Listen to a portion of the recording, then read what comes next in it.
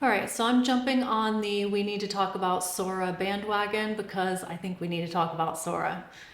This is the first time with all of this AI innovation that I have actually been like, oh crap, I think the industry I'm in is in for a serious amount of disruption.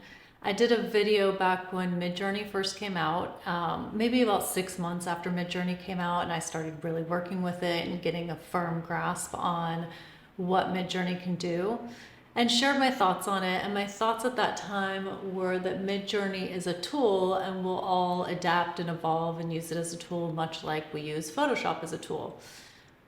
Sora feels very, very different. It feels far more disruptive and transformative than I feel like Midjourney is. Not that Midjourney and generative AI images are not going to be disruptive and transformative, but the implications for what you can do with Sora from what I'm seeing seem to be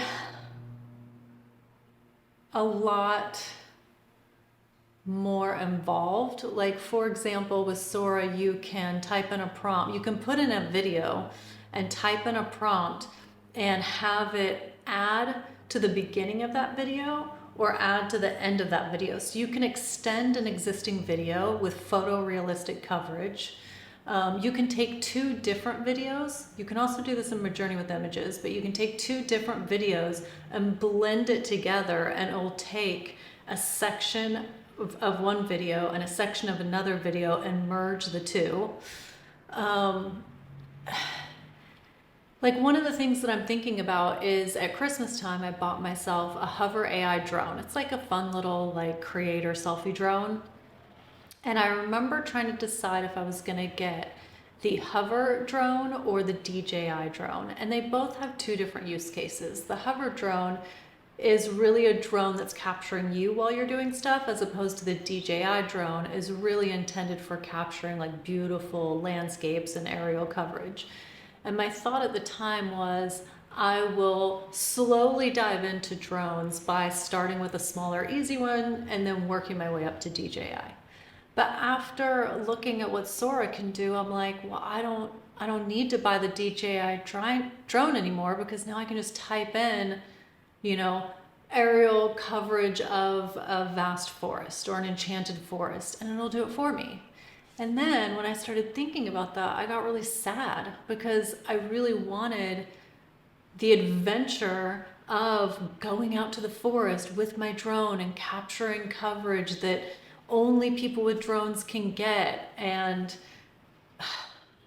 I'm realizing that what's happening with Sora is it's making it easier for you to be able to create content, but it's also taking away the joy that creators have when making the content. Like, part of what I love about making YouTube videos or doing my photography is that I get to go to really interesting locations. I get to meet people I would have never met before. And now that you can just type in a prompt, it's taking all of that away. Like, how can I justify spending $1,500 on a drone and driving 2 hours out to the forest when in 5 minutes I can type it into a computer? Like, it makes it to where the joy of the adventure can't really be justified. And so yes, you're doing it for the joy and you're doing it for the fun, but am I really gonna pay $1,500 for a drone now? Probably not. But then that means I'm also not gonna go on these adventures to get this drone coverage. So for somebody who's been doing photography and dabbling in moving into video, it's making me really, on the one hand, excited because I'm seeing the potentials of what I could do with it. But on the other hand, really sad because I'm seeing that what has been done is no longer going to be special because it's going to become commoditized because it's going to be so easy to create it. It's kind of like when Instagram came out for photographers and you could just put a cool filter on it. And so it was the whole anybody can be a photographer once you had an iPhone and you had Instagram. I'm feeling like that's what's about to happen to video. And I started going in my mind thinking about, okay, so this is what they're showing us Sora can do now. Like, where in my head could this go 1 or 2 years from now? And I started thinking about, I've been writing a lot with Bard, which is now Gemini. It's Google's AI. Most people are using ChatGPT. I personally like Google's AI more. I feel like it's far more like creative. I feel like ChatGPT is very like logical and logistical, and Bard and Gemini is very like beautiful and poetic and creative. Just my opinion. I was like, man, so Bard or Gemini can write a beautiful poem or a beautiful short story or script, and then that can be entered into Sora. Okay, so that's phase one. But then phase two is when you don't need the human writing the script with Bard or Gemini and entering it into Sora. Like, at what point does Gemini become so intelligent that Gemini writes the script on its own, communicates with Sora to where Sora then creates the video on its own, and there's no human need for it? And like, the phase after that I can see is all of the wearables that people have and our devices. The AIs in them are going to know us so well that they'll be able to create custom content based on what's going on in our lives. So imagine a world where all of your devices are aware that you just went through a breakup, either because you told one of your friends on one of your devices, or it's measuring your heartbeat and all of your biometrics, and so it knows that you're going through a deeply emotional, distressing time. And so it customizes a short story or movie for you that is based on a breakup type of thing. And then I thought, well, on the one hand, that could be very therapeutic. On the other hand, it could also be very manipulative. I'm realizing for the first time, when I started thinking about how good Gemini is with creative writing and how good Sora is with video, that creators aren't going to be needed very soon, because AI is going to get so good at writing this stuff and so good at creating this stuff. It'll do it in an instant, and it'll do it based on your emotions.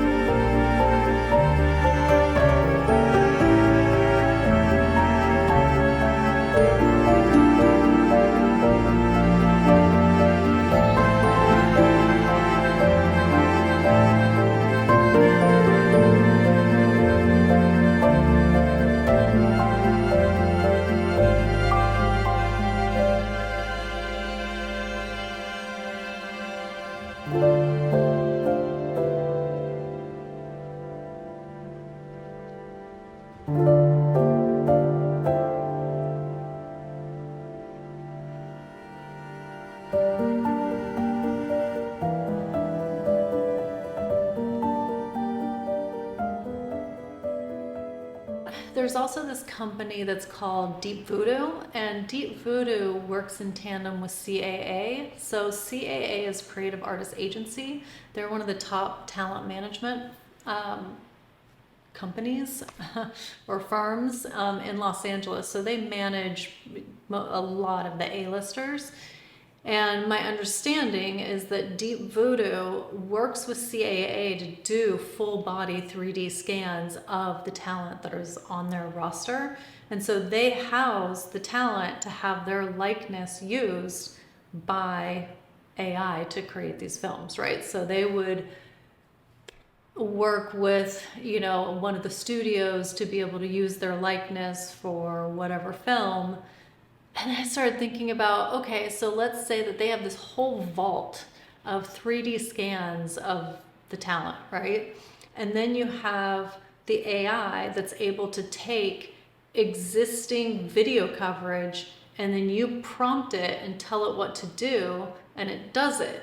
So then you have this whole data library of talent, actors, and then you have this AI that can make it do whatever it wants it to do.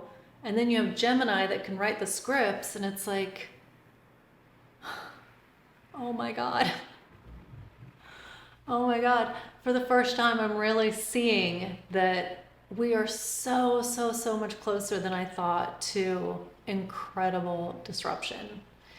And I do think that there's going to be an intermediary period where it's able to be used by the creatives. You know, we might have like a 5 to 6 year time frame where it can be used by the creatives, but, and maybe I'm wrong. Maybe I'm wrong. Like maybe it's always going to be that there's a human at the helm that's guiding it, but I've communicated a lot with Bard, it's now Gemini, and this AI is intelligent, so smart that I just, oh, yeah,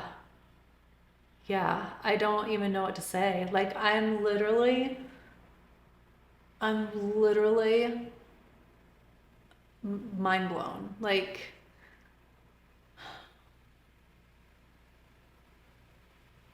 yeah. I don't know. I'm going to do more videos about this like as it continues to evolve and come out, but I just don't even know what to say. It's like, I feel like I'm watching the industry I work in completely transform in ways I never saw coming right before my eyes. And I just,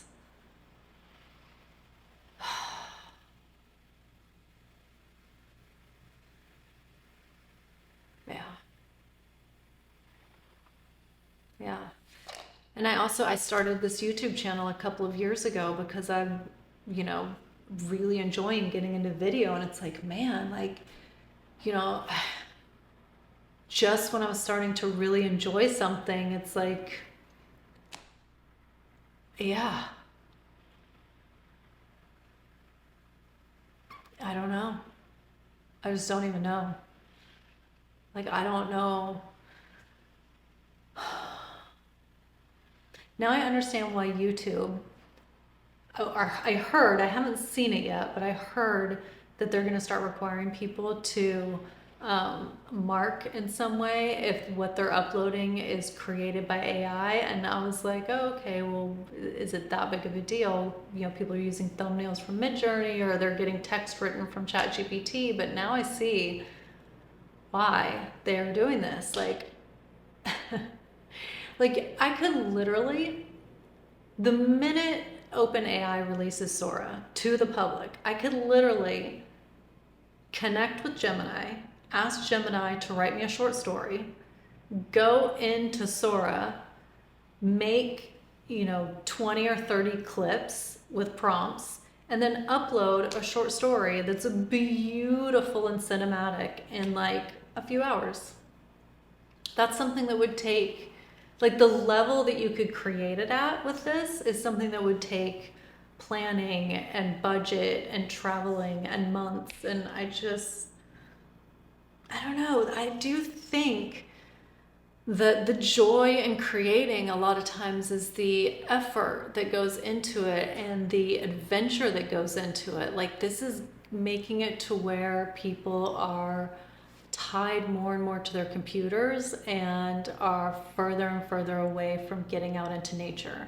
Like, what about the creators that they're travel channels, right? And they travel all the way to, let's say, Australia, and they want to go scuba diving in the ocean and take you with them, and they buy underwater cameras, and the whole thing is like learning how to use the underwater camera, flying on the plane all the way to Australia, diving into the ocean and taking you on the adventure with them.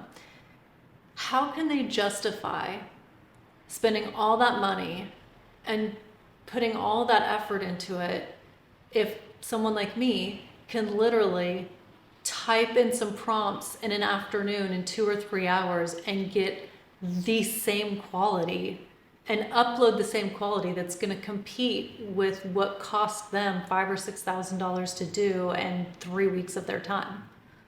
They're not going to do it anymore. It's like,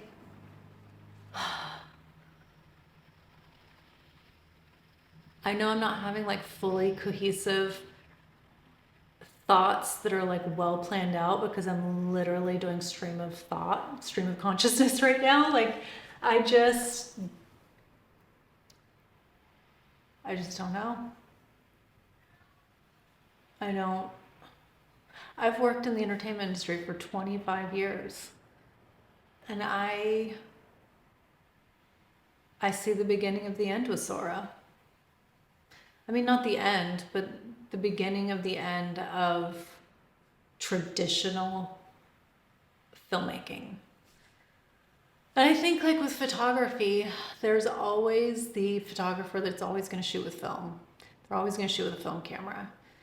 But that's like 1% of the people. And one of the reasons only 1% shoots with film is because once everyone evolved to shooting with digital, the client's expectation is that you are able to turn around the coverage to them within 24 hours, but you can't do that with film because you have to process it and you have to scan it. And there's so many steps involved. And so the same thing's going to happen with video, where the turnaround time, the expectation of turnaround is going to be so fast that there's absolutely no way you can create a production, you know, with travel, with crew, with makeup, with wardrobe. There's no way you can do a whole entire production at the speed and budget that the clients are going to expect the turnaround to happen. And so people are going to have to use AI instead.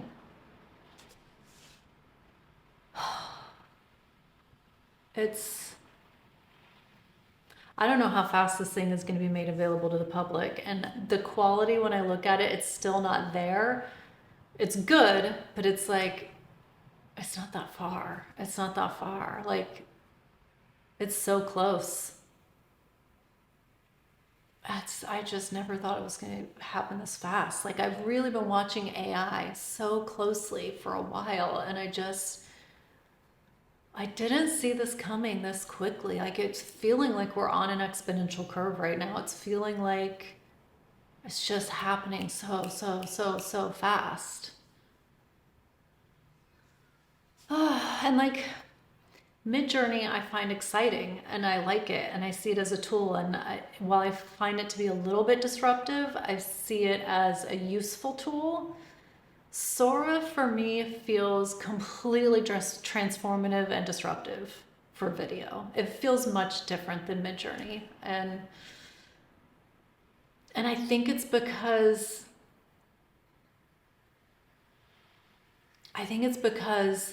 the budgets for film are so incredibly high for cinema that, let's say it takes $200 million to make a film. I mean, you could knock that down to a few $100,000. Nah, that might be an exaggeration, but like, you know, you'd only need to hire a certain number of people to be at the computer with the prompts, editing it, managing it. You know, maybe go out and get some live coverage to splice together with this coverage. Whew. Wow.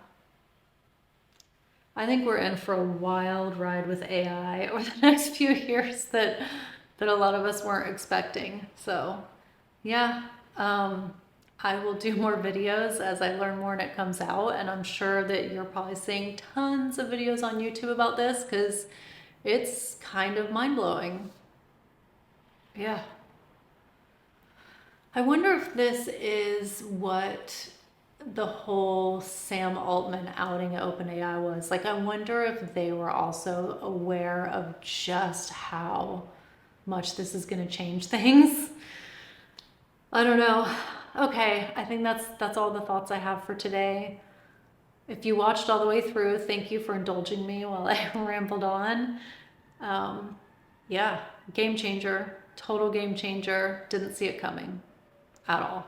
I mean, I kind of saw video coming, but like at this level, this fast. Oh, whew, okay.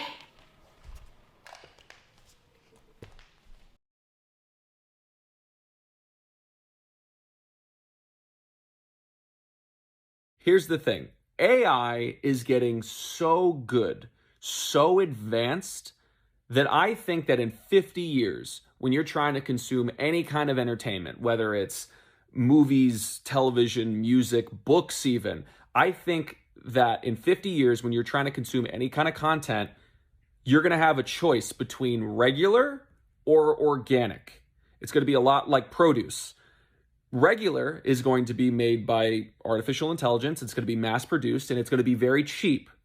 Organic is going to be more expensive, but it's going to be made by human beings. If you want to consume any art made by a person with a heart and a soul, you have to get organic and you have to pay more. I'm becoming increasingly convinced that we are headed towards an artistic apocalypse. I know that sounds dramatic, but this technology should scare absolutely everyone. In case you hadn't heard, yesterday OpenAI announced their newest technology. They're calling it Sora. It is a text-to-video engine that allows people to use word prompts to create photorealistic video. And I personally find it absolutely disgusting that this technology barely exists. It's in its infancy, and the very first application that people want to use it for in this world is to eliminate artists. I've seen so many people say, oh, well, it'll never really be able to replace humans. We'll always know the difference. And the thing is, no, we won't. The way that this technology has advanced in a single year is absolutely astounding.